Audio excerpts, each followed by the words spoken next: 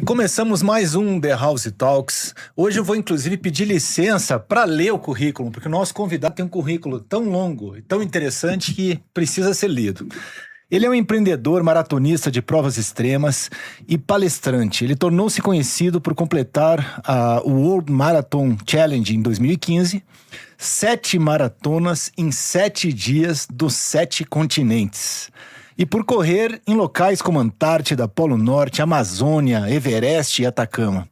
Fora das corridas, ele lidera a Overstress, uma empresa de bem-estar corporativo.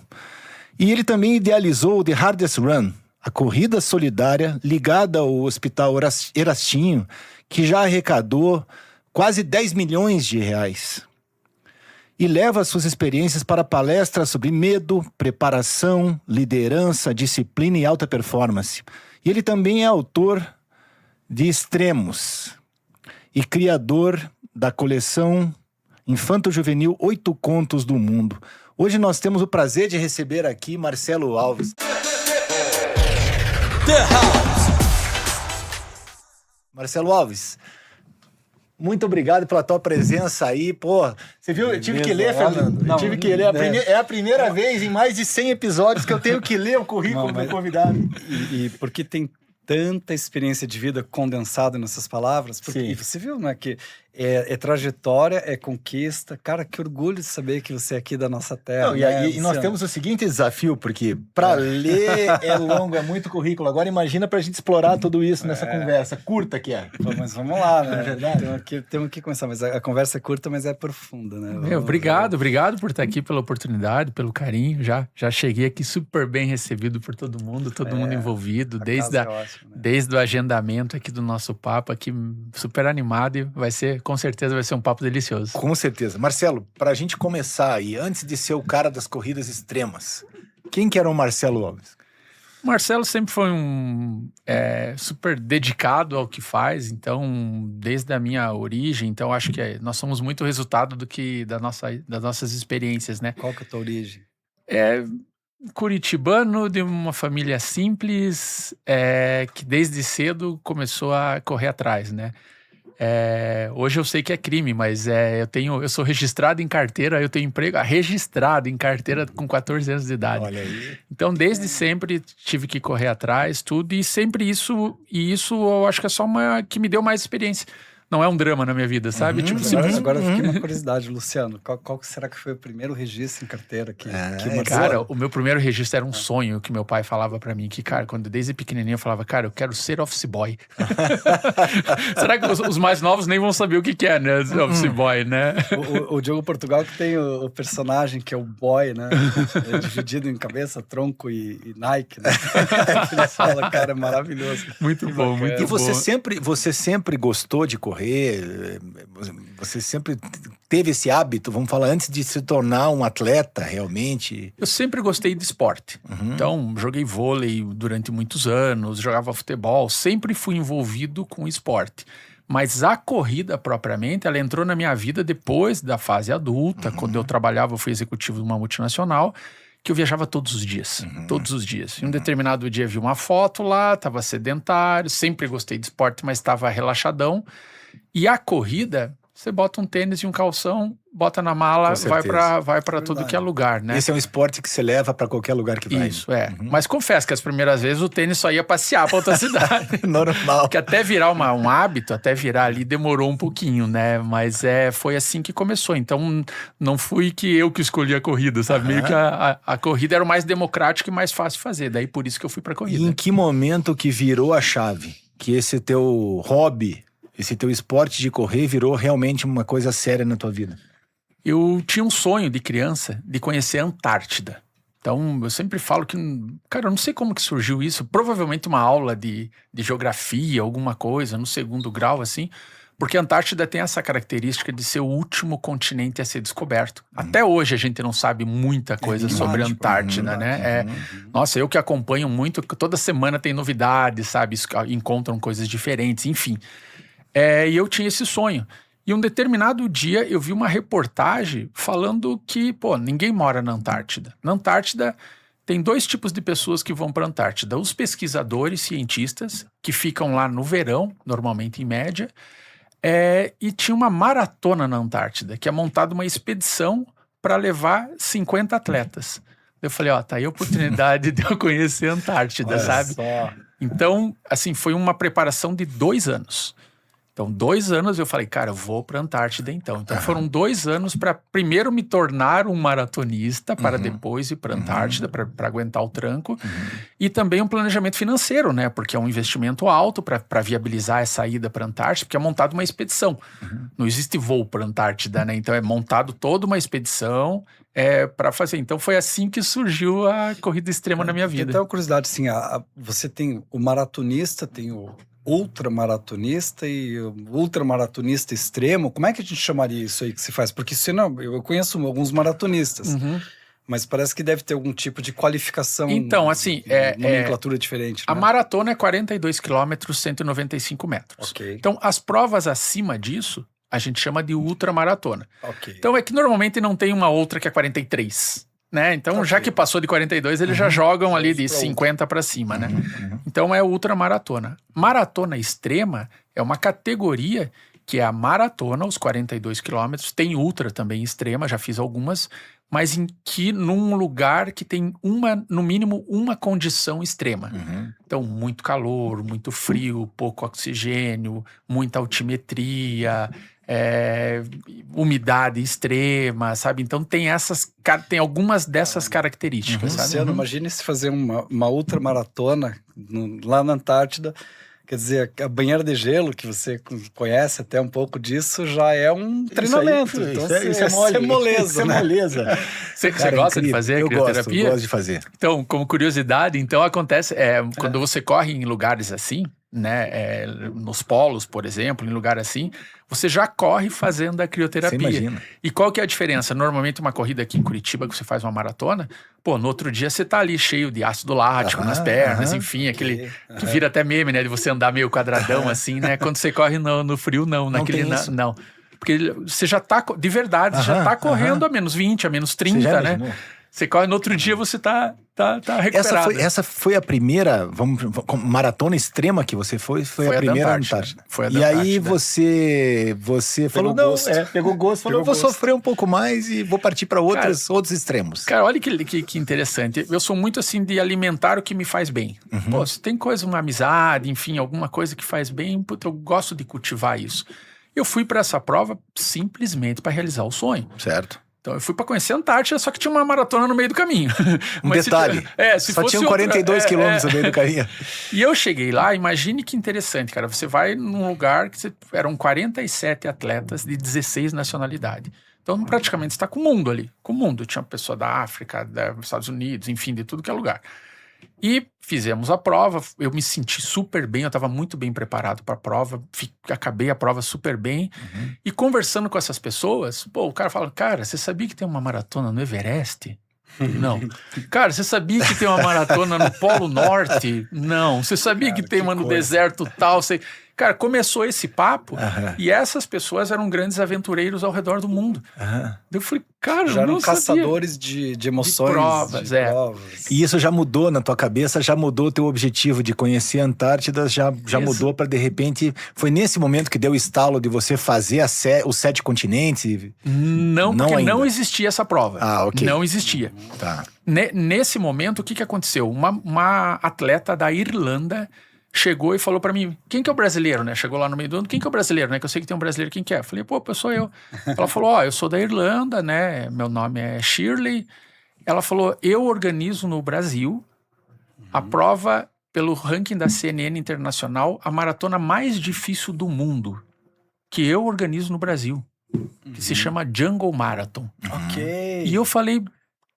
sou brasileiro, nunca ouvi falar, né? Ela falou, não é uma prova aberta, é uma prova super... que lá fora o pessoal, assim, falava disso, daí a gente aqui não conhecia. Exatamente, era bem isso. Daí eu falei, nossa, que incrível, né? E por que ela é muito difícil?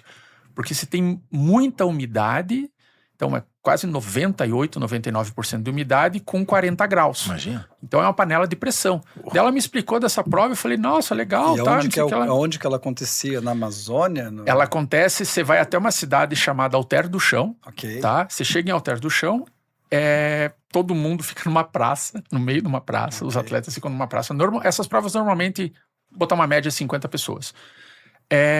Chega num determinado horário, todo mundo faz um credenciamento, entra num barco e sobe o Rio Negro 11 horas. Ok. Ali já começou a tua prova. Então pega a tua rede, leva a tua rede, é bem folclórico, né? Aqueles barcos grandes que você amarra a rede e dorme ali. Daí você chega numa ilha de rio, desce todo mundo, passa um dia e meio em treinamento com o Exército Brasileiro. O que acontece? Você vê um animal peçonhento, enfim, tem todo um treinamento lá. E depois volta... Já tá me convencendo a não ir. Mas eu já tô convencido há muito tempo. Não, até a banheira de gelo ele tava topando. Até a banheira de gelo quando vê com os animais peçonhentos, Luciano, assim, não, o animal peçonhento é de boa. Eu só tô pensando nos 42 quilômetros em situação extrema. Aí eu 98% de umidade, até 97%. Joinville, né, Curitiba. E essa prova é 120 quilômetros em 3 dias. Uau. Então ela é dividida em 3 dias. Então você sai de um lugar do ponto A para o ponto B e do B para o C. Então não é um circuito. Você sai porque todas aquelas 11 horas você volta correndo. Entendeu? Então você vai e é no meio da floresta de verdade. Então você passa dezenas de rios. Enfim, você encara o desafio. Então você tem horas, uma determinada hora. Tipo, primeiro dia, você tem 12 horas para chegar do ponto A ao ponto B. Sabe, assim funciona. E é uma prova de autossuficiência. O que significa isso? Que a partir da hora da largada, tudo que precisa para sobreviver, você tem que levar. Tudo. Não é tão simples quanto correr os quilômetros. Não. Você tem a questão toda de sobrevivência. É interessante essa pergunta, porque normalmente a prova extrema, o atleta tem que estar tão bem preparado, que correr não pode ser um desafio. Entendi. Porque tem tantas outras variáveis que você não pode estar ali, digamos, fisicamente mega fadigado, porque daí a tua atenção diminui, o teu foco atrapalha. Sim. Então a prova extrema tem essa particularidade. Fisicamente, o atleta tem que estar muito Agora, bem. Numa prova como essa, por exemplo, como é que você tem fatores ali que são imponderáveis, né? Sim. Você está num ambiente... Quer dizer, inóspito e com variáveis ali que não estão no teu controle. Exatamente. Quer dizer, como é que os organizadores, se é que existe isso nesse momento, conseguem, de uma certa maneira, controlar o risco? E mais uma questão jurídica, que eu imagino o termo que se assina para você não responsabilizar. Deve ser um termo... Cara, eu nunca passei do terceiro parágrafo desses termos. Se você lê todos, igual ler a bula do remédio, você não toma. Você abre mão de tudo, Sim. né? É interessante, porque como que acontece? Primeira coisa... essa prova, normalmente essas provas, ela tem critérios para você participar. Certo. Então não é assim, qualquer maratonista vai lá e eu quero participar. É diferente de uma prova de rua. Certo. Né? Então, por exemplo, a Django, você tem todo um esquema de pontuação. Então você tem que adquirir 5 pontos ao longo de um ano para conseguir se credenciar a participar dessa prova. Então vamos lá, 5 pontos. Corri a maratona de Curitiba, quantos pontos você ganha? Ok. Nenhum. Zero. Entendeu? Nenhuma prova de asfalto dá pontos. Entendeu? Então, como que você vê que a seleção como funciona? Já né? começa aí. Já começa aí. Então, por exemplo, aqui próximo, a gente tem a Maratona dos Perdidos, que é entre o Paraná, o Morro dos Perdidos, né? Entre Paraná e Santa Catarina ali. Tem uma prova ali de São Joaquim. Isso, São José dos Ausentes, aqueles lados, será que é? Cara, Serra Catarinense. É bem na divisa entre o Paraná e Santa Catarina. Então tem uma prova ali que quando eu fiz... É lá para o Rio Grande do Sul. Quando eu fiz, ela dava 1 ponto. Entendeu? Então é uma prova difícil, uma prova que você tem que ter muita preparação. Então eles, com esse esquema de pontos, eles já selecionam os atletas que vão estar ali. Então são pessoas com muita experiência... e que se expuseram a esse tipo de situação durante várias vezes. Quer dizer, para você ter os 5 pontos, você já tem que ter uma bagagem grande de outras provas que também não tem o mesmo nível, mas que também são provas muito desafiadoras. Exatamente. Isso está se espalhando para vários esportes. Isso está se espalhando para vários esportes, né? Porque a gente viu por exemplo, várias tragédias no Everest. Sim. Né? Porque até então, o pessoal do meio, principalmente, reclama muito que qualquer um vai lá e paga e não necessariamente consegue, mas enfim, o critério é pagar. O que eles estão querendo, inclusive lá no Nepal mesmo, né? Eu fiz a maratona do Everest já. Eles estão querendo criar esse também. Quer subir o Everest? Beleza. Mas antes, suba tal e tal, né? Como é que a maratona do Everest, você começa onde e chega onde? A maratona do Everest, você faz um trekking Ok. de 100 quilômetros para criar realmente a tua... Você cria, na verdade, teu corpo cria mais glóbulos vermelhos para conseguir se aclimatar. Seria a tua, né? tua aclimatação. Isso, Então, diferente de quem vai subir o Everest, que o ciclo leva até 60 dias, Sim. a maratona você faz em 10. Então, você faz esses 10 dias andando, então você sai de Lukla, que é o que o pessoal faz, aquele trekking famoso do Everest. Você sai e chega até o Base Camp, Base Camp. que é 5.800, alguma coisa assim. Daí você de lá volta correndo até a cidade de Nanche Bazar. Então, essa distância são mais... O ano que eu fiz, 44 quilômetros. Né? Então, essa que é um desafio. De todas as provas que eu fiz hoje, é a mais difícil. Mais difícil. Essa A temperatura baixíssima. Você sabe que o problema não é a temperatura, é o oxigênio mesmo. Porque a essa condição, você já tem metade do oxigênio a nível do mar. Ar rarefeito. Entendeu? Então, 5 mil. Quase 6. Quase 6 mil. Quase 6, né? Então, é bem pesado. É bem E pesado. essa prova, ela conta quantos pontos naquele ranking? 1 ponto. Cara, Cara, não, imagine colecionar os 5 pontos. Tem uma frase da Virgil Thompson que ela falava assim que a gente tem que fazer 3 vezes as coisas na vida. A primeira para perder o medo de fazer, a segunda para aprender a fazer e a terceira para dizer se gosta. Uhum.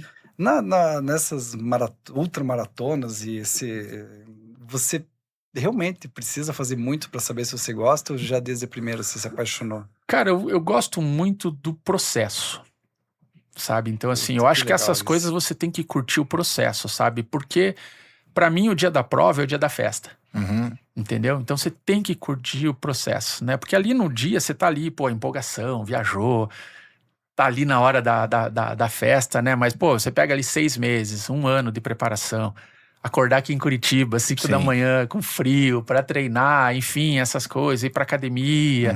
Mas quem que né? foram tuas inspirações? Porque você deve ter olhado assim no passado, porque tem muita coisa, a gente vê aquelas provas mesmo de corrida que ninguém tinha corrido, né, 100 metros em menos de Sim, lá dos sim. quantos segundos que o pessoal fazia, né? E de repente alguém consegue bater e já no ano seguinte vários outros. Quem que te inspirou? Cara, sempre eu gostei muito dos aventureiros que tem ao redor do mundo.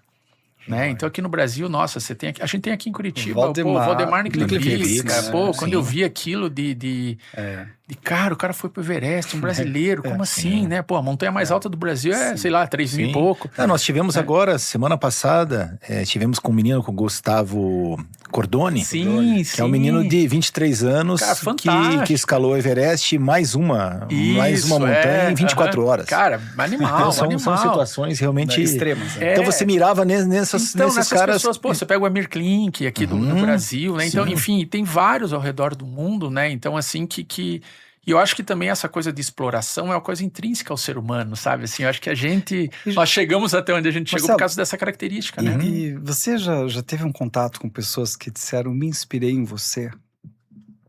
Sim. Como é que foi? Como que você se sentiu? Quando foi a primeira vez que você lembra disso, assim, que tocou você? Cara, porque o que acontece? Isso acontece muito porque eu sou uma pessoa normal. E eu procuro deixar isso muito claro, assim, sempre, sabe? Não sabe aquela coisa de, um mega atleta, o cara não sei o que lá, né? Cria-se uma mística, assim. E, na verdade, eu sou um cara normal, aqui de Curitiba, treino no Barigui, sabe? Tipo, levo minha filha pro colégio, à faculdade, enfim, tenho conta pra pagar, trabalho também normal, sabe? Então, assim, isso me deixou muito próximo das pessoas comum. Sabe? Tipo assim, uma pessoa normal fala, cara, quando eu vejo ali que, pô, você ali que eu já te vi correndo no Barigui e sabe, pô, vejo aqui, né? Pensei que você era mais alto, pensei que você era mais forte, pensei que você era mais magro. Pô, e mesmo assim consegue. Então eu acho que isso me inspira, sabe? Mostrar para os outros que, tipo, pô, se eu fiz, você pode fazer, né? E eu também, nesses desafios, cara, eu já corri com uma pessoa com prótese numa das pernas, né? Eu fiz uma coisa que me tocou muito. Eu fiz uma maratona no deserto do Atacama, que é o deserto mais árido do mundo. E além de ser no deserto, eles fizeram a prova extrema a 4.500 metros. Então você está no deserto mais alto do mundo e com esse agravante menos oxigênio. Altitude. Eu corri com uma atleta que ela foi com guia, que ela tinha 20% da visão. Cara, foi uma experiência tão forte, assim, sabe? Tipo superação. Meu, assim, de você ver da dedicação, do foco, da atenção, do trabalho em equipe, ela com essa outra pessoa, sabe? Assim, nossa, foi tão forte que quando ela acabou a prova, ela não conseguia largar o guia. Sabe? Ela agarrou ele, assim, paradas, assim, depois da linha de chegada. Ela, não, eu preciso que você fique aqui. Começou a chorar, sabe? Tipo, pô, não... tá difícil voltar pro mundo normal sem você, assim, sabe? Então, pô... E daí você vê ali, pô, que superação isso, né? Assim, então eu convivi com tanta coisa assim, sabe, né? Eu corri na Antártida com o Sr. Harry Boda, um sul-africano, que aos 72 anos ele se tornou o homem mais velho a correr na Antártida. Uau. E depois de 2 anos, fui correr o Everest. Quem que eu encontro lá? Tava lá ele. Tava lá, cara. Caramba. De novo. Te esperando no campo base. Cara, incrível, assim. Então, assim, pô, a gente... quem quer se inspirar, sabe? Eu acho que, pô, tem tanta coisa. Essas pessoas me inspiram muito também, assim, né? Então, eu fico muito feliz quando acontece, assim, de alguém comenta comigo, tipo, pô, que legal, pô, fiz isso. Você que eu vi foi que você inspirador fez. pra mim. Que legal. É bem, Agora, bem gostoso. eu acho legal você falar que você é uma pessoa comum e tal, que corre aqui no Barigui, etc. Uma Mas a pessoa gente comum sabe, que vai pra Antártida. a gente costuma comentar, eu e o Fernando, sobre, na realidade, pessoas como você, Que são. a gente sempre brinca, né? Que são São imparáveis, imparáveis. realmente, né? E isso é um diferencial, porque não é só preparação, não é só... quando a gente fala de extremos, né? A gente sabe que a pessoa tem que ter quase que uma obstinação, a pessoa tem que ter uma dedicação, um foco muito diferenciais, né? Isso que eu acho que é o mais legal, né, da coisa do imparável. O que separa uma pessoa que é imparável de uma pessoa comum? Então, portanto, eu não creio que você seja uma pessoa comum. Em tese, talvez todos possam ser imparáveis, mas nem todo mundo tem uma parcela muito pequena, tem essa determinação que talvez vire essa chave. E porque assim, por exemplo, você fala, você vai correr uma maratona, já é um baita desafio, né? Qualquer um pode correr? Em tese, sim. Em tese, mas é um mega desafio. É um mega desafio. Sim. Né? Quantas pessoas estariam aptas para correr maratona? Isso mesmo. E aí você leva isso a um outro nível, patamar mais outro complexo. patamar. Então, realmente, a pessoa para chegar nesse patamar tem que ter uma mente muito diferenciada, né? Porque aí, essa é a minha pergunta. Quanto disso é físico e quanto isso é mental? Da mente. Então, interessante, que não é tão simples a explicação, mas vamos lá, vou ver se eu consigo. O que acontece? Que eu comentei com vocês que eu gosto muito do processo, né? O processo é muito importante para mim, que eu acho que é a maior chavinha que muda das pessoas que tocam uma meta, um sonho em frente. Porque você realizar um sonho a gente tá falando a realização é isso. É você materializar um sonho. Só que o que acontece? Num primeiro momento, quando você tem um objetivo, um sonho, alguma coisa, o que trava todo mundo? O medo. Eu morro de medo de algumas coisas que eu vejo. Eu acho que talvez a diferença seja olhar para o meu medo, olhar para a minha vulnerabilidade e, pô, vamos cuidar disso então, sabe? Então, assim, não é olhar aquilo e me afastar, jogar embaixo do tapete e ir pro outro lado, entendeu? Então, assim, eu acho que talvez o que eu acho que é um pouco diferente é isso. Eu olho aquilo, pô, como que um brasileiro vai correr a menos 40 graus no Polo Norte, que é o outro extremo do planeta? Sabe? Tipo, que tênis que usa, que roupa que usa, como que respira, como tudo isso. Mas assim, eu olhei pra isso. Cara, vamos pesquisar? Então, vou pesquisar, vou atrás, corri atrás de outros atletas ao redor do mundo que já fizeram isso. Hoje, na rede social ajuda muito isso, né? Eu entrei lá, pesquisei, descobri 20 nomes, adicionei todo mundo como meu amigo no Instagram. Uns aceitam, outros não. Um responde tua mensagem ou não, mas fui... Pô, se eu fizer isso, me ajuda. Se eu fizer isso, me ajuda. Você entendeu? A parte, digamos, a parte do planejamento. Exato. Né? Ela é você pesquisar. Ela é fundamental. Da pesquisa e planejamento. Isso. E isso, ele conecta com o que você perguntou do mental versus o corpo. Qual que é a minha opinião? O mental é o fundamental desde que você esteja treinado. Entendeu? Okay. Então eu tenho que fazer a cartilha, tenho que seguir minha planilha, tenho que estar muito bem preparado fisicamente e daí o mental vai me ajudar. Porque não adianta nada você ser um mega motivado, você ser um mega... Com toda certeza. Tudo, se você vai lá e não tá bem treinado. Sim. Entendeu? Sim. E é interessante que olhe como que conecta. Então não é que eu sou corajoso, mas eu treino tanto, eu me dedico tanto, eu planejo tanto que cria uma confiança. Pois é, mas é entendeu? esse A confiança vem disso. A confiança, ela vem, então, de um preparo físico de excelência, um preparo técnico, associado a uma condição de eu me sentir merecedor daquilo, não é? Perfeito, isso mesmo. Daí a tua confiança... Por isso, você é mega corajoso. Eu falei, não, eu sou mega bundão. Só que eu sou tão bundão que eu faço bem feito a lição de casa pra chegar lá com coragem. Imagina. Agora, como é que é isso de correr 7 maratonas em 7 dias? Quer dizer, novamente, a gente tá falando de correr uma maratona consecutivos. 7 dias consecutivos. Porque nos 7 continentes. Nos 7 continentes. Então, assim, cara, veja. Você tem 7 uma coisa depois do maratonas extremo. em 7 dias consecutivos em 7 continentes. Então, você tem toda a questão, não só do período que você está correndo, que você tem o preparo, que você tem o desgaste e tal, mas você tem a logística para chegar no outro lugar e começar uma outra corrida e novamente fazer esse mesmo processo 7 vezes. O Chuck Norris não iria. Como é que é isso? Então, essa daí foi... Eu já tinha feito, né, pra vocês, como que surgiu isso? Eu já tinha feito algumas provas ao redor do mundo. E um grande aventureiro mundial, o nome dele é Richard Donovan, ele organiza algumas dessas provas. Ele me ligou e falou, Marcelo, é o seguinte, estou organizando um desafio. Nunca foi feito. Então, já começa aí. Porque daí, olha como a informação conecta com o que a gente falou. Pô, nunca foi feito, ferrou meu planejamento, né? Com quem que eu vou falar agora?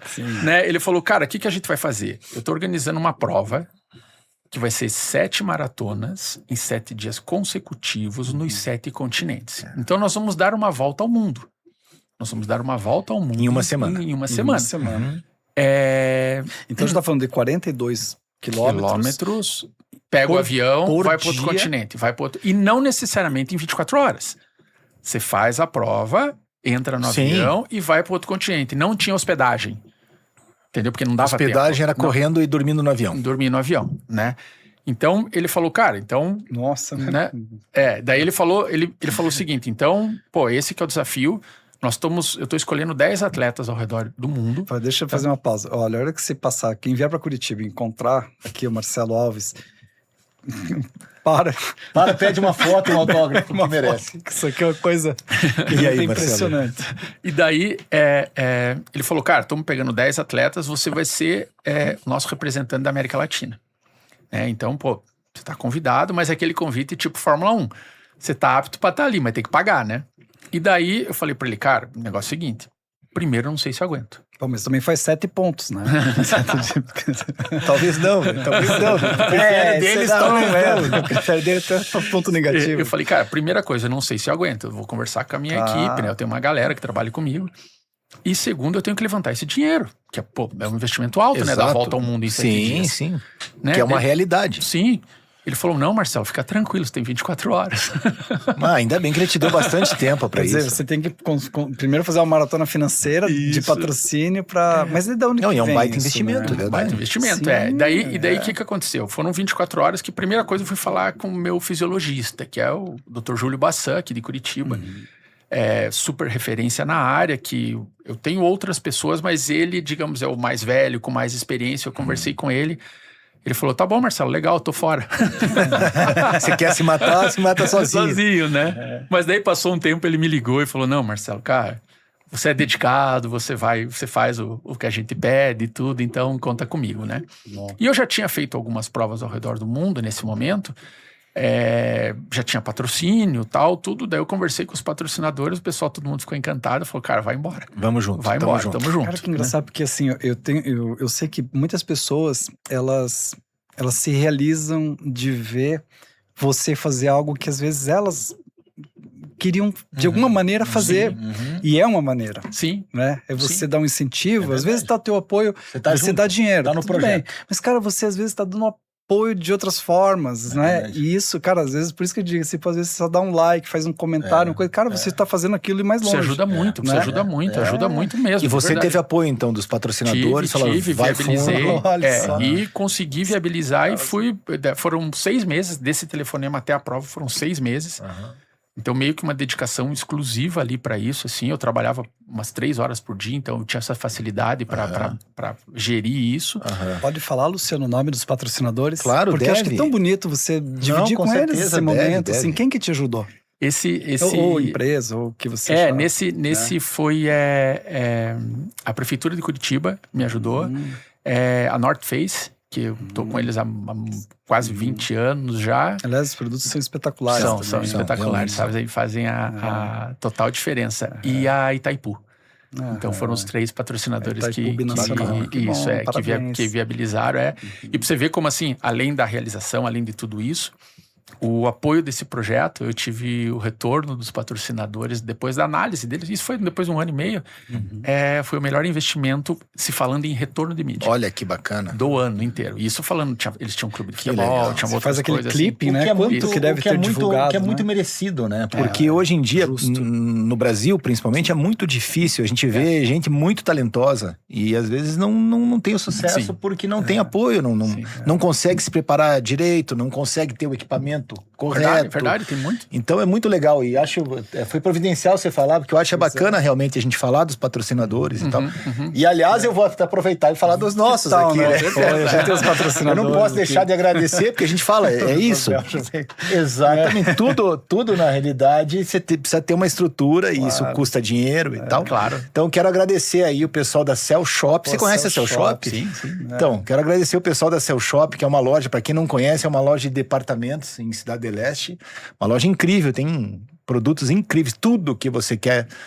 Tem lá de eletrônicos, roupa, enfim, tudo. E entrega aqui, né? Entrega aqui, né? Não, eu acho que eles não entregam aqui, mas quando você vai passear lá em Foz, você vai pra lá e compra. E a Cell Shop, o Jorbel, tem uma marca, que é a Jog, que é uma marca incrível desde equipamentos eletrônicos, de som, headphones e tal.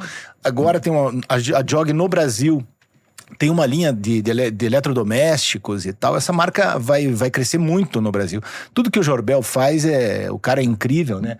Eu falo que o Jorbel o Jorbel é um baita empreendedor e é um baita garoto propaganda, né? O Jorbel, ele é muito eu não sei quem é mais famoso, se é a marca, as empresas ou o próprio Jorbel. legal, que é um cara que legal. comunica incrivelmente. Então, E ele Jorbel e Cell circula com o Shop, pessoal, muito né? obrigado pelo apoio aí no The House Talks. Obrigado A Jog, mesmo, pessoal da Jog também.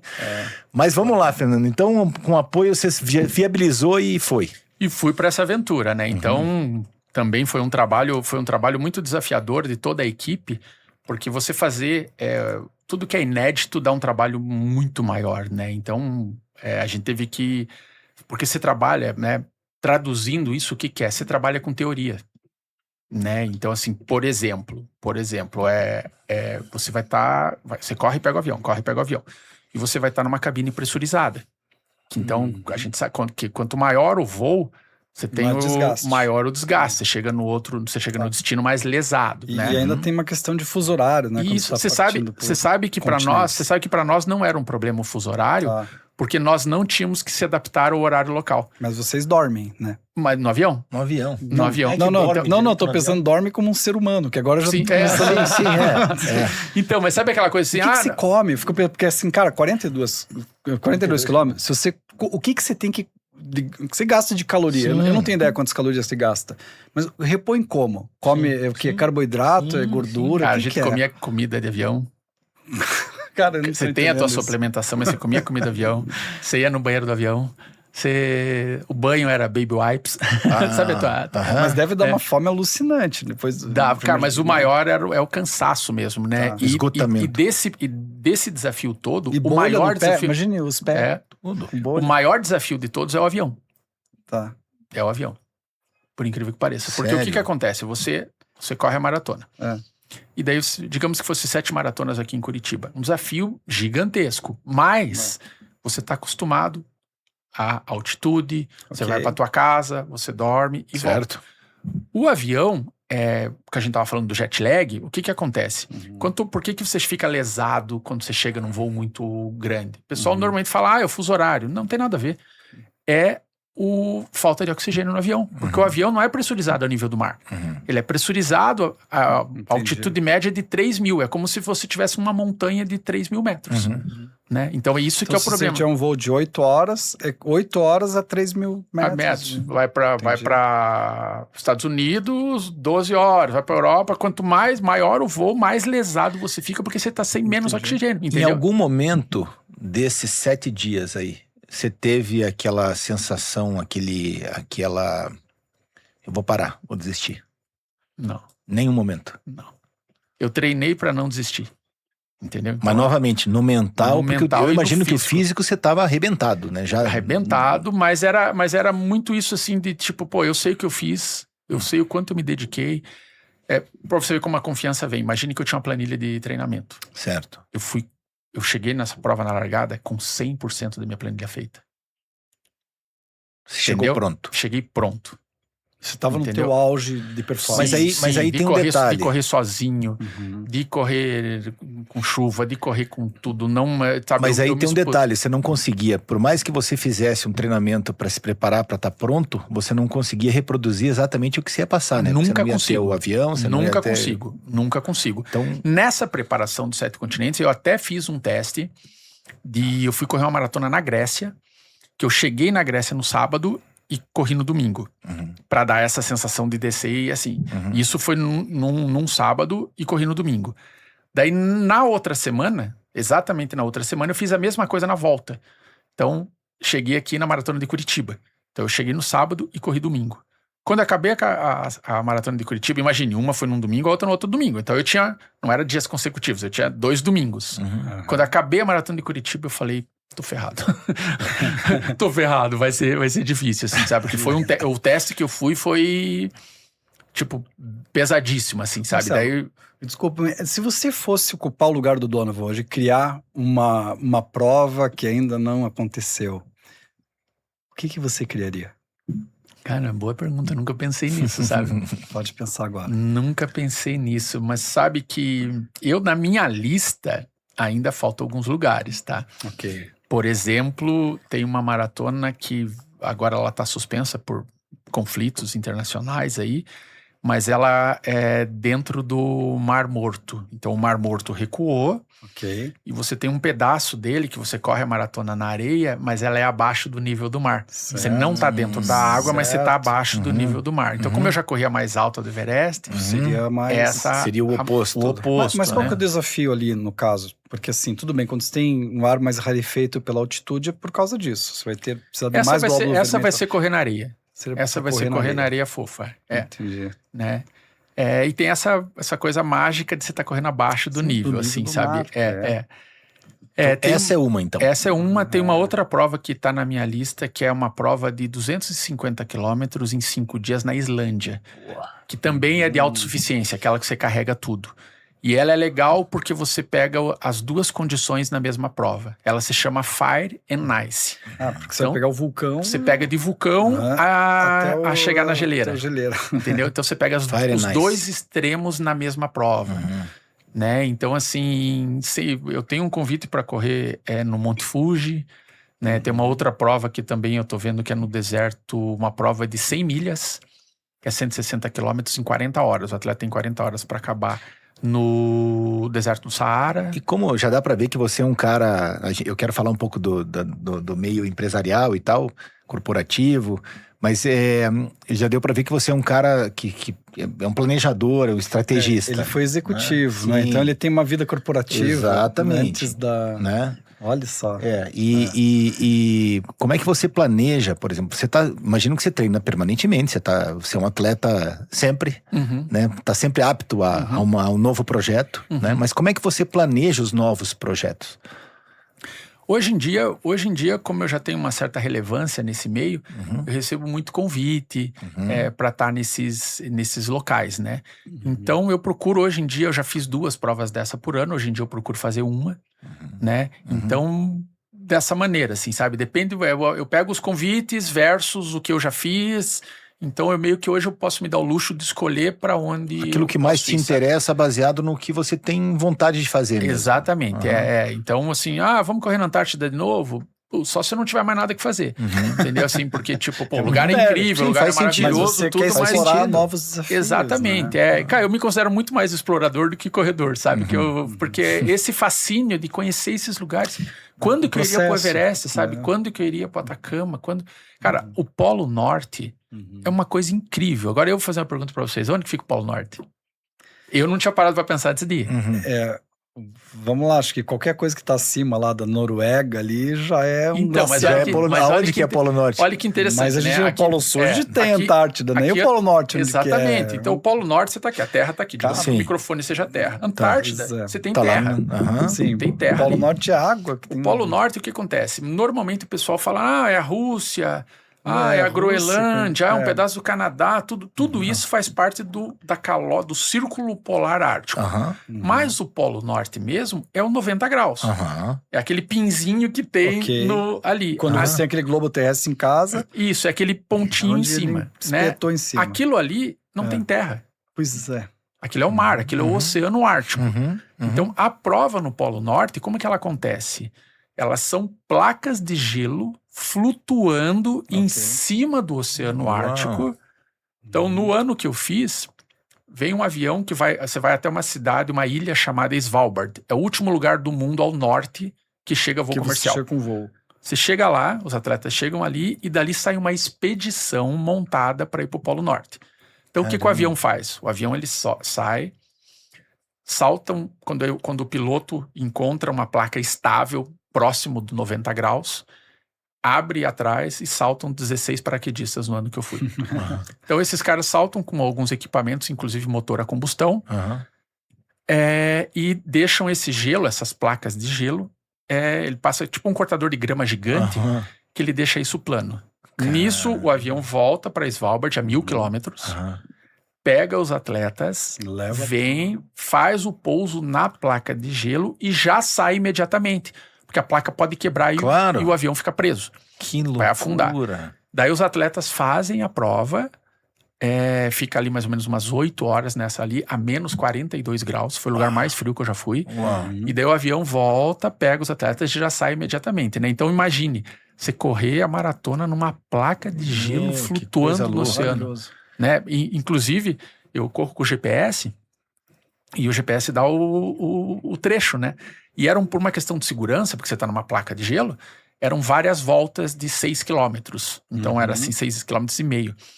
Então, que interessante, a minha leitura no GPS, ela ficou tipo um caracol. Né? Entendi, porque o GPS ali, ele não consegue fazer aquela leitura tridimensional. Não, o que acontecia? Vou pegar isso aqui vou pegar aqui como exemplo. Digamos que era 6 voltas aqui. Certo. Era para ficar uma volta em cima da outra, certo? Só que a Terra tá rodando, né? A placa de gelo está em movimento. Está se locomovendo. Porque ela não é fixa. Claro. Ela tá flutuando. Daí ela vai fazendo um movimento no GPS capta. Então o que acontece? Eu estava no mesmo parado, eu estava no mesmo lugar na placa. Mas a placa não estava no mesmo lugar no planeta. Sim. Entendeu? Que incrível. Então, eu brinco que isso é a prova concreta de que estávamos em movimento no oceano, sabe? E essa distância, para você ter ideia, perfeito. No período que eu fiz a prova, a placa se locomoveu 3 quilômetros. Nossa! Ou seja, não é pouco, né? Não, é bastante. É bastante. E imagina que seja essa placa para aterrissar um avião. A placa em média, ela tem 2 metros de espessura. Então não é muito. Não é muito. Se for pensar. Mas o gelo sólido, ele aguenta algumas toneladas, né? Mas ela pode rachar. E que tamanho, que extensão tem uma placa dessa? Essa área quilômetros, toda, essa área toda, assim. Porque o que acontece? Quando você olha do avião assim, cara, é tamanho de Curitiba. É gigantesco. Só que não é uma placa. São milhares de placas. Então o piloto, ele olha conforme o branco do gelo, olha que louco. Conforme o branco da placa, ele sabe a espessura. Eles sabem. Eu sei que eles têm um nome para cada tipo de gelo, e são vários nomes, não é, que eles têm. Ali, eu não sei se é o Mar Báltico, que quando congela, tem um navio na Finlândia chamado Sampo. Que é um navio é um navio quebra-gelo único, que é um navio dedicado exclusivamente para turismo. Incrível. E ele vai quebrando o gelo. à medida que ele vai avançando, e ele não tem aquele casco tradicional, ele é reto, porque é o peso dele que quebra. Que quebra. E você vai tendo todo isso daí. E em um certo momento para-se o navio, as pessoas descem para fazer um mergulho. Que legal. Né? E as motos de neve e tudo mais. Então, eu fico imaginando que isso que vocês fazem, como é que você suporta o frio? Porque assim, veja, correr uma maratona... muito especial, muito... como é que é a roupa? Assim, como é que vai correr 40 quilômetros com algum tipo de traje que proteja a pessoa do frio? Menos 40. É uma ciência. É uma ciência. Porque o que acontece? Olha que interessante essa pergunta. Porque o que acontece com o teu suor a menos 40? Ele congela. Entendi. Então, olha o nível de treinamento que o atleta tem que ter. Ele tem que quase controlar o suor. Entendeu? Porque o suor, se você suar muito, porque assim... Congela. Você vai congelar, porque aquilo vira gelo. Sim. Gelo. Então, por exemplo, assim, eu corria com uma touca, uma proteção aqui, né? Essa proteção e essa touca, eu troquei de roupa 4 vezes durante a prova. E algumas vezes eu pegava isso assim, esse velcro aqui que protegia o pescoço e a boca, eu tirava ele e saia tipo quebrando. Sabe quando a gente deixa a roupa na geada? Daquele jeito, dura quebrando. Assim, batia pro gelo sair e colocava. Porque o que acontece? Quando você respira, nós temos no ar tem água. Sim. Então você respira, ele congela e já gruda. Então porque você está em movimento, né? Então você respirou, correu, ele já grudava. Então o que acontece?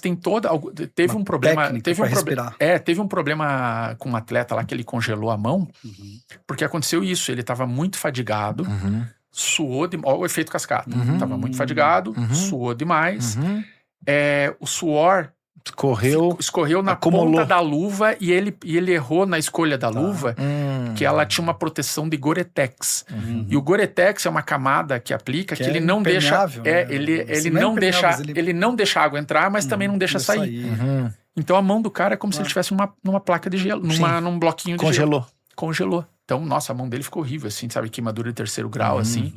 Mas não perdeu os dedos. Não chegou a perder. E eu passei pra esse cara, porque nessa prova um cuida do outro. Porque principalmente o gelo, que é o frostbite, começa a ficar roxo. Então você consegue, muitas vezes a pessoa não percebe, porque ela tá fadigada, concentrada ali, mas então era um protocolo de segurança. Quando um atleta passava pelo outro, a gente se olhava, dava um look geral e falava, né, você tá bem? Tô bem. Caso você não tivesse, você falava. Fazia um check ali. E só atleta treinado, só atleta preparado, você perguntava meio que protocolar, tudo bem, né? Eu passei por esse indiano, tudo bem? Ele, não, minha mão congelou. E aí você, e agora o que eu faço? E agora, né?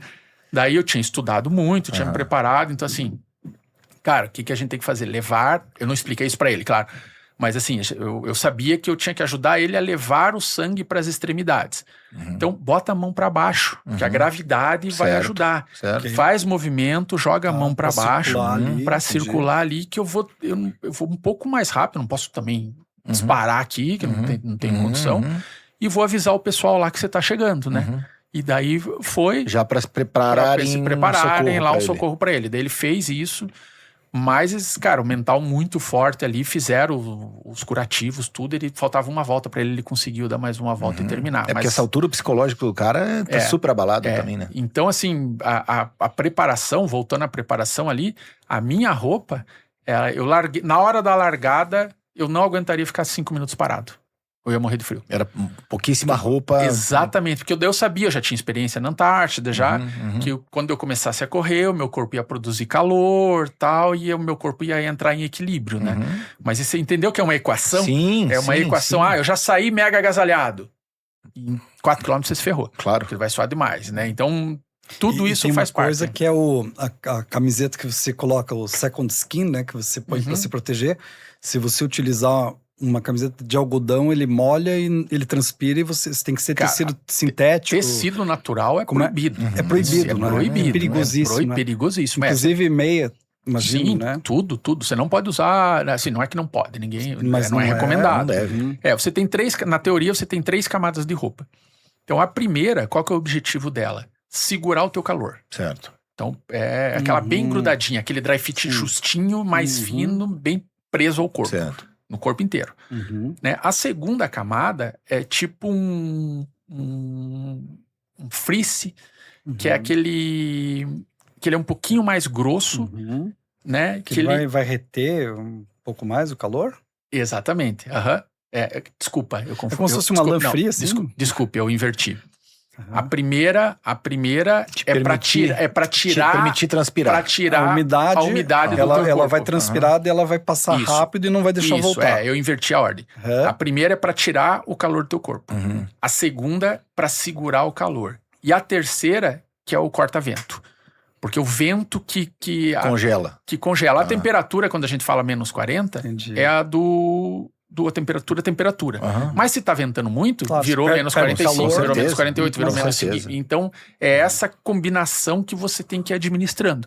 Então, eu nessa prova, eu usei um equipamento da North Face, que fui um dos primeiros atletas no mundo a usar, que ele era, tipo, com nanotecnologia, que ele, mesmo sendo corta-vento, ele era transpirável. Os japoneses têm, né? Sim, tem muita Marcelo, coisa. E nesse momento que você voltou daí, ou em que momento que você escreveu o livro Oito Cantos do Mundo? Que é um livro infantil, na realidade. Isso, Então, eu já tinha feito algumas provas dessa, né? E era muito interessante, cara, que o que aconteceu? Primeiro, eu adoro criança. E segundo, quando nesses papos, assim, com os meus amigos... eu via que as crianças adoravam. Pô, tio, você viu o urso polar? Pô, tio, não sei o que lá. Pô, o Polo Norte é na África, é na Rússia. Sabe assim? Então eu via que tinha um interesse muito grande. Legal. E esse projeto, eu amo esse projeto, cara. Porque o que eu fiz? Eu selecionei alguns escritores, né, aqui de Curitiba. Então, por exemplo, Eloy Zanetti, Jean Siegel, enfim, algumas pessoas... Você sabe que o Fernando Boto é um escritor, ele me falou, entre outras coisas, é um escritor e também de livros, e também livros infantis. Ele me falou, e daí como que... O Eloy Zanetti, eu levei ele pra África. Olha só. Quando eu morei lá, eu fiz o convite a ele pra trabalhar com um grupo lá, uma turma. E o Eloy é um cara genial. Ele é genial, um abraço, né? O Jean também. O Jean é um cara sensacional, escola de criatividade, tudo, né? São pessoas incríveis. Então você reuniu um time de escritores. Olha que legal, né? E olha como funcionou o projeto. Eu já vi que ele é executivo de RH, né? Ele vai fazer recrutamento, seleção ali, né? Então olha que legal que foi o projeto. Então a gente escolheu o time, né? Então foram 6 escritores, são 8 livros, mas eram 6 escritores, que teve 2 que escreveram 2 livros. E daí era pro público infanto-juvenil. Daí a gente foi entender qual que é o inimigo dessa galera, né? É o bullying, é o sedentarismo, sabe? Tem eles têm alguns inimigos. Então eu peguei cada autor desse, contei uma história real. Então, Antártida. Fui lá e contei sobre a Antártida, contei um monte de particularidade e tal. E ele teve a liberdade criativa de, em cima da minha história, fazer a criação para atingir a criança. E de uma maneira através do exemplo. Então não tem aquela coisa, faça isso, bababá. Não, então assim, um exemplo que eu dou para vocês. O personagem estava correndo a etapa de Miami. E o atleta pegou e caiu no chão porque escorregou e estava fadigado e tal. Daí chegou um menino andando de skate e ajudou o atleta. Só que esse menino usava uma prótese. Entendeu? Da inclusão. Ele foi a liberdade criativa do autor, sabe? Assim, mesmo ele com a limitação dele... ele foi lá, foi super solidário. Você não precisa falar, faça isso, de repente, pelo exemplo que tal. Exatamente. Então, cara, esse projeto eu amo, esse projeto, cara, é muito legal. Um texto do Eloy Zanetti, que o Eloy é mineiro e ele fez ele morou em Curitiba há muito tempo, né? E ele falava que é preciso transpor o Rio Atuba. O Rio Atuba, para quem é da região de Curitiba, é o caminho para São Paulo. E mostrando exatamente aquela ideia de que você precisa, às vezes, expandir. Você transpôs os oceanos. O que falta ainda?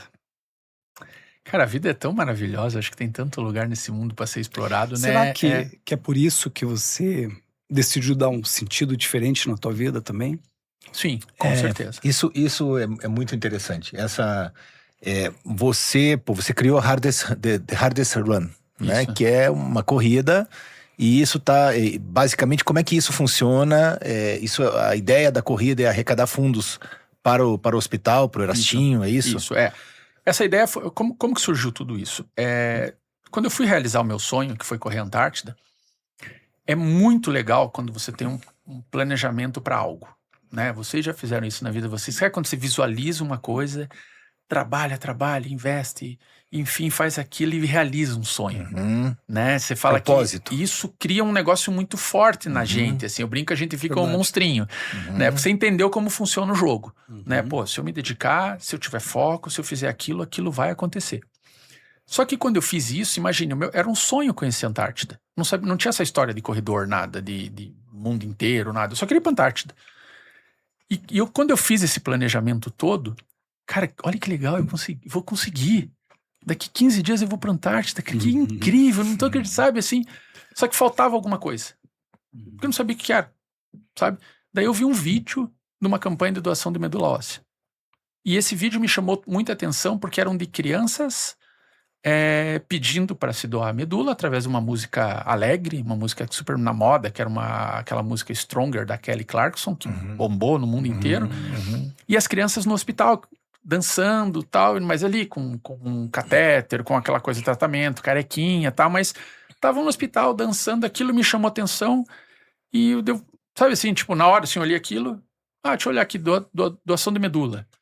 Você vai no Hemocentro, tá, não sei o que lá, doa 5 ml de sangue, você entra para um cadastro internacional, se tiver uma pessoa com compatibilidade, que é uma a cada 100 mil, você pode salvar uma vida em algum lugar do mundo, para uma pessoa em algum lugar do mundo.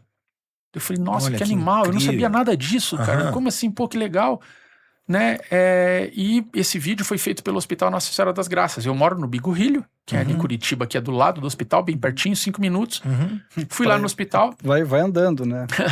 Fui no hospital, falei com o pessoal, pô, eu vi o vídeo, tá, não sei o que lá, queria saber desse negócio de doação de medula, tá. Elas falaram, não, você vai aqui, preenche uma ficha aqui, vamos ali, a gente tira 5 ml de sangue e, pô, você entra para um cadastro internacional. A medula, ela tem o tecido hematopoético. Isso faz glóbulo vermelho e tudo. Olha só, a gente falando tanto de altitude e tudo, o cara encontrou um jeito de fazer com que os glóbulos vermelhos dele chegassem mais pessoas. Cara, é incrível tocando isso, outras né? pessoas. É incrível isso. Daí eu fui lá, conheci no hospital, e tem uma coisa que eu gosto muito, cara, que é a sincronicidade, né? Tipo, como que as coisas se encaixam, né? Como você se conecta com pessoas na mesma frequência. E daí quando eu fui nesse hospital, cara, do meu lado sentado, também doando sangue ali, a diretora de marketing do hospital que fez o vídeo. Nossa. Olha a probabilidade disso acontecer, cara, né? É a sincronicidade. Sim. Daí ali, doando sangue. Porque daí você vai, já que vai furar, tirar 5 ml, você fala, não, Sim, já vamos vou doar sangue, já vou claro, doar sangue, já claro. tô aqui lá conversando com ela, pô, eu tô indo pra Antártida, pô, vou fazer tal isso, tudo. Ela falou, você sabia que a medula é mundial? E essa prova que você vai fazer, ela tem uma grande repercussão internacional. Né? Eu falei, cara, é verdade, aqui no Brasil pouca gente conhece, mas internacionalmente esse assunto bomba. Daí ela falou, cara, então vamos fazer o seguinte, vamos conversando ali, vou fazer uma bandeira pra você levar. Daí você bota em inglês lá, pô, doe medula óssea, tal, não sei o que lá, acho que vai ser legal. Eu falei, cara, fechou, olha que legal. Já criou um propósito. Eu tô embaixador, realizando minha da prova causa. ali, tô realizando minha prova, pô, isso daí vai ser bem legal fazer isso. Eu falei, tô dentro. Ela falou, então daqui 2 dias você volta aqui pra pegar a bandeira, beleza? Eu falei, tá bom, tá bom. Cara, quando eu cheguei no hospital depois de 2 E dias... você teve a recepção. Cara, a bandeira assinada por pacientes, por familiares, por médicos. Ela tinha entrado em contato com a minha filha, daí minha filha assinou. Aí você entendeu o peso do... Cara, foi um processo incrível, porque daí eu fui entendendo o peso, a Você viu responsabilidade o poder que existia. da comunicação, Que cara. incrível, né? E assim, o que acontece, cara? Quem tá ali eles precisam de vozes, eles precisam que aquilo... Porque imagine, você tem que ter 100 mil doadores, é uma a Pra cada 100 mil para um. Ter compatibilidade. Só que olha que louco que é. Vamos pensar num mundo hipotético. Se o mundo inteiro fosse doador, não teria 9, fila. Com certeza. Olha que louco. Ou seja, tem uma coisa que está na nossa mão, né?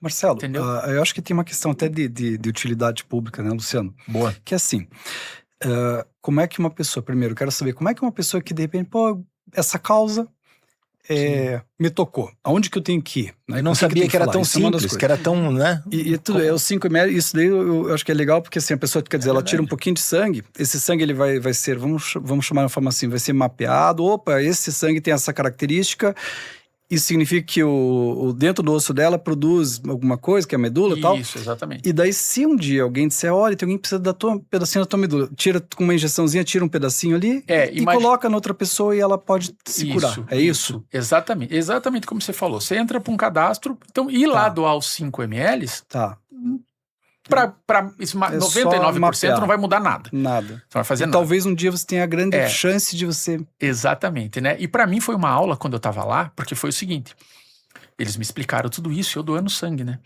E um ignorante, porque eu não sabia nada desse assunto. E daí eu falei, tá, mas e se tiver compatibilidade? Ela falou, não, se tiver compatibilidade, nós vamos te ligar e daí você vai vir aqui e nós vamos fazer uma bateria de exames em você, porque você tem que estar saudável. Claro. Você tem que estar saudável. Mas e daí? E se tiver a compatibilidade e tudo? Daí ela falou, daí nós fazemos um procedimento que se chama uma punção, que nós vai ficar um dia internado aqui, né, uma anestesia e tal, e vai ser tirado realmente da tua medula um pouquinho do líquido, um pouquinho do líquido e tal, e isso joga pra uma centrífuga tal, faz a separação, tudo, né. E daí eu falei pra ela, né, porque imagina, um ignorante, eu não sabia nada com esse assunto. Daí eu falei, nossa, mas isso deve doer, né? Ela falou, mas é pra salvar uma vida, né? Nossa. Cara, né, só que olha que engraçado que curioso. Isso já evoluiu. Hoje em dia tem um outro procedimento que é tipo, você tá fazendo você faz ali conforme a doação. Então você é tipo uma hemodiálise, sabe? Então você fica ali, nem precisa mais desse procedimento que eu falei. Você vai ali e tal, o sangue, ele tira de um lado, volta do outro, nesse meio passa por uma máquina que filtra. Olha que incrível. E já tira, ou seja, nem precisa mais. Então hoje, para quem quer doar, vai para um hemocentro, vai para um hemobanco, e isso, chega coleta lá e fala, chega lá, 5 ml, fala, ó, quero entrar pro banco, você vai receber uma carteirinha. Tão simples. Tão simples. Muito legal, muito legal. E aí você criou a corrida, e como é que funcionou para você criar a corrida e a arrecadação de fundos? Como é que funcionou isso? Nesse processo que eu levei a bandeira, quando eu voltei, tomou uma proporção gigantesca, porque eu vi que eu estava dando voz para uma coisa importante. Daí eu continuei, e me deu sorte, porque imagina, foi a primeira corrida que eu fiz. Pô, eu fui super bem, tinha um propósito novo, criou uma voz para aquilo, eu comecei a levar aquilo ao redor do mundo. Só que vocês viram já que eu sou bem metódico, gosto de que as coisas aconteçam. Eu senti a falta de materializar isso. Porque a conscientização é uma coisa sem fim. Não tem fim. A gente tem que continuar falando desse assunto o resto da vida. E eu senti a falta de materializar. E uma vez, eu comecei daí a fazer palestras no mundo corporativo, tudo. Numa vez, eu fui convidado para participar de um evento solidário que eu doei o meu cachê. E foi um evento gigantesco. Um evento, cara, uma nata de Curitiba, grandes empresas, multinacionais e tal. E sincronicidade de novo. Do meu lado, sentou o superintendente do Erasto. Tá? Falei pra ele que, que era maratonista tal, e não sei o que lá, que tinha umas ideias na cabeça, que queria fazer algumas coisas, tudo. Ele falou, pega meu WhatsApp aqui e tal, vamos conversar. Só que era no meio do evento, ele nem me deu muita atenção, assim, não dá pra aprofundar mais, né? E nesse evento, aconteceu, foi um sucesso, beleza. Depois de uns 15 dias, eu mandei uma mensagem pra ele, falei, cara, vamos conversar sobre aquela minha ideia? Ele falou, vamos. Eu falei, só que eu preciso de uma informação. Quanto que foi doado daquele evento pra vocês? Quanto vocês receberam? Ele falou, 15 mil reais. Falei, cara, todo um evento com grandes empresas, você recebeu menos que o meu cachê. Você recebeu menos que o meu cachê, tem alguma coisa errada. Tem alguma coisa errada. Então eu quis, quando eu criei a The Hardest, qual que foi a ideia? Você fazer a corrida e reverter 100% da inscrição. Então você vai fazer a tua inscrição, você também, as inscrições estão abertas. Olha só. Você vai pagar R$140 e esses R$140 Vão vai no para destino. lá. Não tem asterisco que é um percentual do lucro, percentual disso, percentual... Não, você vai receber... E essa corrida acontece anualmente? Como Anualmente, é que... ela corre uma vez por ano. Quantos quilômetros que ela é? Ela tem de caminhada de 3 quilômetros, 5 quilômetros. É bem inclusiva, né, Luciano? Totalmente para ser inclusiva, inclusiva, e legal. 10 quilômetros. Para que realmente as pessoas possam despertar e Exatamente. A participar. pessoa ganha uma camiseta. Ganha a camiseta, tal, medalha e no tá final. contribuindo com uma causa nobre. que né? Nós bacana. tiramos a cronometragem para tirar esse aspecto senso de competição. de competição. E isso foi muito inclusivo. Ela acontece, então, todos os anos. Em que período do ano? Novembro. Desculpa, outubro. Outubro em Curitiba. Outubro ou em Curitiba. Eu tenho um projeto de que eu vou trabalhar para que isso vire nacional, mas hoje ela acontece em Curitiba. Esse ano foi o primeiro ano que teve em Goiânia também. A gente fez um teste lá. Mas ela está no calendário oficial da cidade, então é todo outubro. Né? Esse ano nós vamos para 18 mil pessoas. Então nós vamos arrecadar 2 milhões e 500 mil reais. Que legal. E esse dinheiro, pra você ver como tem pontos interessantes. O 100% da doação. De 15 mil reais que consegui com um evento de pessoas importantes para 2 milhões. 2 milhões e meio. Não, fizeram 2 milhões e meio, né? Você veja como é que... Mas olha que... repare Mas repare nos detalhes, né? O 100% doado. Né? A inclusão das pessoas. Sim. Né? E outra coisa que a comunidade abraçou muito foi que, assim, cada ano esse dinheiro, ele tem um objetivo específico. Então, não que a instituição não precise de dinheiro por caixa, mas a gente amarrou isso com um objetivo específico. Sabe, num ano foi construir uma usina fotovoltaica, no outro ano foi... Cada corrida tem um objetivo e o dinheiro arrecadado ele está carimbado para aquilo. Isso, e o hospital tem o compromisso com a gente, e nós estamos na 7ª edição já, que eles têm 1 ano para executar o projeto. Perfeito. Então agora, olha que interessante, vai ser um projeto pioneiro no país.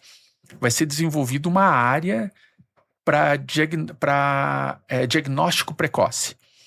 Então, porque normalmente como funciona hoje, né? Principalmente pelo Sistema Único de Saúde. Você vai num médico que encaminha para outro, que vai outro, desconfia disso, daí um exame mais 30 dias, o outro mais. Então, assim, e o câncer infantil, quanto antes você pegar, se você pegar bem no começo, a cura é acima de 80%. Imagina.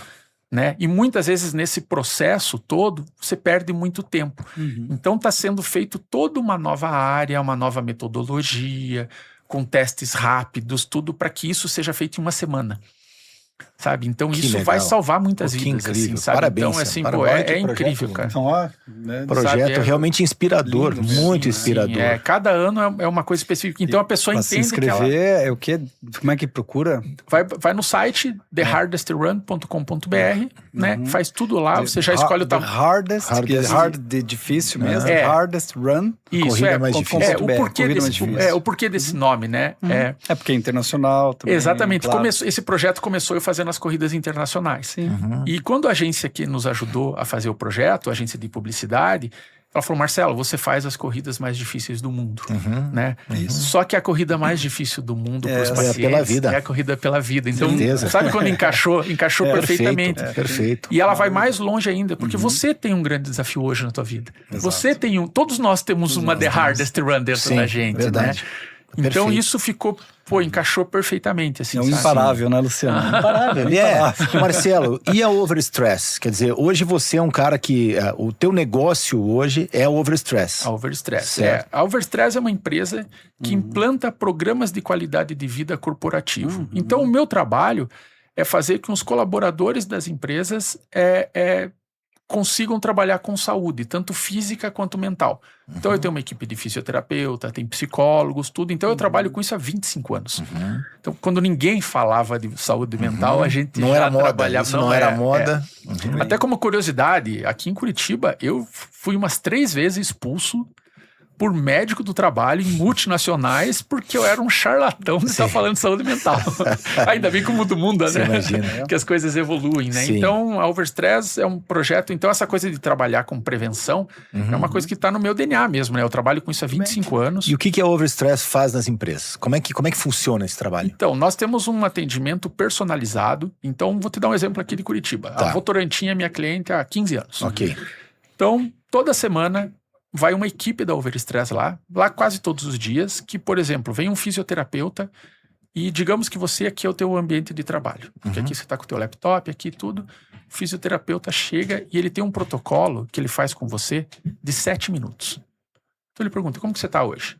Você está bem? Dormiu bem? Como que tá? Estou com dor nas costas, não dormi bem, enfim, estou meio ansioso, enfim. Então ele faz uma leitura disso com você e faz um atendimento personalizado para você em cima disso. Entendeu?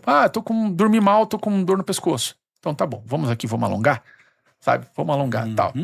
Tô ansioso, tô muito ansioso. Vamos fazer uma respiração diafragmática, mas vamos fazer agora. Não é uma intervenção. É uma o cara mapeou e interviu. Isso, né? E tem um aplicativo, que a gente consegue acompanhar tudo isso. E o usuário, por exemplo, o que é hoje muito comum? A pessoa dorme mal, né? Muito comum. Sim. Então, cara, desliga o teu celular um pouquinho antes, tal. Cara, você já viu Mindfulness? A pessoa, nossa, eu nunca ouvi falar, ou já ouvi pouco. Então, cara, no aplicativo tem uma aula de 15 minutos de Mindfulness. Quando você for pro teu quarto, liga ali e faz. É 15 minutos. Sabe? 15 minutos. E bota ali no controle nosso isso. Daí, na semana que vem outro fisioterapeuta. Ele chega, quando ele escaneia o teu QR Code... Ele já tem ali as ele informações. Já tem o teu histórico. E aí, você fez o Mindfulness? Pô, não fiz e não sei o que lá. Cara, faz lá. Você entendeu? Vai te ajudar. E isso claro. toda você vai semana. trabalhando e melhorando de maneira geral, você vai trabalhando a saúde dos funcionários do colaborador. No colaborador. A parte da ergonomia. Pô, a tua cadeira tá torta, enfim. Mas e tudo não é só na teoria, a gente intervém na hora. Né? Então isso dá um retorno. Para você ter uma ideia de mercado, um programa de qualidade de vida, quando você implanta numa empresa, normalmente os funcionários participam assim, tipo, cara, quando é um bom programa é 20%. 20%. Você imagina? É 20%. Essa coisa de convênio com academia, essas coisas assim, que é uma modinha, cara, não passa de 15%, não passa de 16%, sabe? É uma assim. A overstress, se der uma participação de menos de 90%, é mesmo. Eu falo, cara, você não precisa pagar a fatura. Uau! Eu garanto para ele, 90%. Eu garanto para ele que no mínimo... E agora você imagina quanto isso reverte no ambiente de trabalho. Cara, o meu maior cartão de visita atendo grandes empresas, eu tenho cliente de 12 anos, de 15 anos, de 18 anos. Pô, você ficar numa multinacional de 18 anos, você não é um serviço meia boca. Com certeza. Com certeza. Pô, parabéns, que causa bonita, hein? Cara, parabéns mesmo. E todas essas coisas, reparou que elas se conectam, né?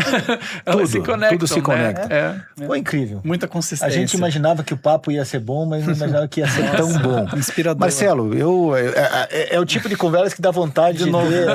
De novo. Quero te agradecer demais por você ter participado do The House Talks. Você realmente é um cara imparável. É imparável mesmo. Parabéns demais por tudo. Realmente é uma alegria a gente poder conversar sobre essas coisas. E eu imagino que você deve ser um cara muito realizado. Porque, por ter essa capacidade de realizar coisas tanto os teus desafios pessoais, como ele conseguiu transcender isso e levar isso para o mundo, cara. Não levou só para a comunidade. Propósito, mundo, e isso está conectado com as tuas palestras, está conectado com o teu negócio, com o Overstress, né? E o que isso pode trazer também para as pessoas de bem-estar. Então, tudo isso é muito incrível, realmente. Como é que as pessoas podem procurar saber mais de você, saber mais da Overstress também, saber mais do Marcelo, dos próximos desafios, te acompanhar? Então, eu acho que o Instagram é um bom caminho, né? Então, ali é Marcelo_Extremos. Né? Então, esse é meu Instagram. Então, a The Hardest também, né, no Instagram, mas o site é thehardest.com.br. Ok. Né? Então, a Overstress também no Instagram, é Overstress, mas se você entrar ali no meu Instagram, você conecta com todo esse ecossistema. E agradeço vocês pela oportunidade, foi bem legal a gente falar da medula e com certeza o pessoal aí vai sem dúvida vai correr lá, não custa nada, passa na frente ali, faz um cadastro com toda certeza. E pode salvar uma vida. Com toda a certeza. Fernando Boto, meu parceiro aí. Meu irmão de vida, de alma. Obrigado, cara. Obrigado por participar. O Fernando, sempre que eu tenho pessoas inspiradoras, eu procuro trazer o Fernando. Que bom, né? Obrigado, a nossa Fernando. Sincronicidade também. É isso aí, Fernando. Exatamente. Para a pessoa também saber um pouco mais do Fernando Boto, seus livros, Fernando é psicólogo, escritor. Bom, tem lá o perfil no Instagram, o fernando.boto, que é com 2 T's, que é meu sobrenome. Acho que é uma boa forma de contato aí. Meus livros que eu escrevo, minha editora, e o Algoritmo da Prosperidade, que é um livro que eu também trago muito carinho, assim, por ele. E quero agradecer demais que o Luciano, ele tá dando tanta voz, assim, a causas como a tua. E quando você vem e divide com a gente uma história tão bonita, tão rica, nós crescemos, né? Eu saio daqui sempre tão energizado que é assim, quando você falou em sincronicidade, né? Que eu acho que é um termo que o Jung traz, A gente sabe que a gente nunca subestima o poder de você conseguir impactar uma pessoa. Essa ela pode levar, às vezes, uma pessoa que faça lá os 5 ml, ela pode ter mudado o destino de alguém. Sim. E já faz valer a pena. Sim. Parabéns. Uma Acho que o pessoa já processo vale a pena. Sim. Uma vida já vale a pena. Com certeza. Então, realmente, isso é muito legal. A gente fica muito feliz em receber pessoas como você. Porque esse é o propósito do The House Talks, né? É mais um podcast, tem tantos podcasts, mas a gente quer ter um propósito realmente, e não importa se é trazer um humorista, trazer alegria, trazer o riso, ou trazer um médico, ou trazer um empresário, mas sempre com um propósito, sempre tem um fundo, né? Legal, e o papo foi muito legal contigo, realmente eu acho que se a gente conseguir impactar, a gente, graças a Deus, o The House Talks está atingindo milhões de pessoas, né? E está crescendo muito, graças aos apoios e às pessoas que têm participado, e graças a pessoas como você que vem trazendo a mensagem que é um imparável. Muito obrigado novamente. Valeu, e você que acompanhou, espero que tenha curtido tanto quanto a gente curtiu. Se inscreve no canal, mas manda. Agora, acima de tudo, quem sabe você passa a ser um doador. Tão simples. Se inscreve no programa de doação de medula. É tão simples. Cara, faz eu acho que esse é o maior. Eu acho que essa seria a maior alegria que a gente podia. Posso fazer uma proposta? Claro. Se algum dia alguém que inscreveu tal fez a doação, vem aqui contar a história. Pô, boa. Perfeito. Imagina, que incrível. Perfeito. Né? Que incrível. Valeu. Marcelo, obrigado, prazer. Muito obrigado, muito obrigado. Comigo, hein? Até a próxima. Esperamos em breve estar com você novamente. Valeu, pessoal. Até a próxima. Valeu. Abraço. The House.